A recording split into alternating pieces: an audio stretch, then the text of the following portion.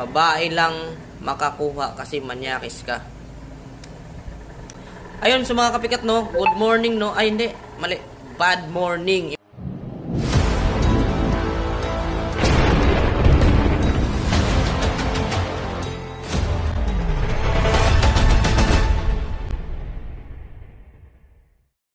Imbis gigising ka ng maagang mandaming comment na magaganda, kaso may nakita na naman ng comment na kakaiba. Eto, pag-usapan natin ngayon dahil nag-comment ka ng ganyan, ngayon special mention kita. Pasikatin muna kita ha, kasi baka gusto mong magpasikat.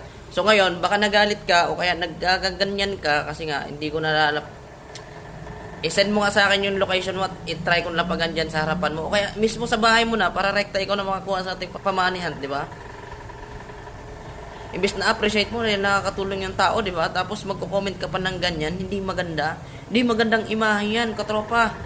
Para sabihin ko sa'yo, oh, for your information lang ha, 10 yung babae ko at 5 yung anak ko. Puro panganay. Ngayon, sino mas kupal sa atin? Hindi, joke lang.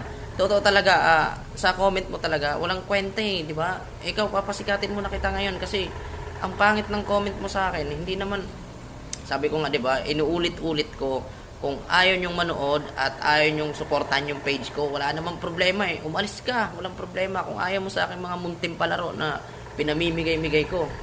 Eh, buti sana kung nakakatulong ka, kaso hindi eh.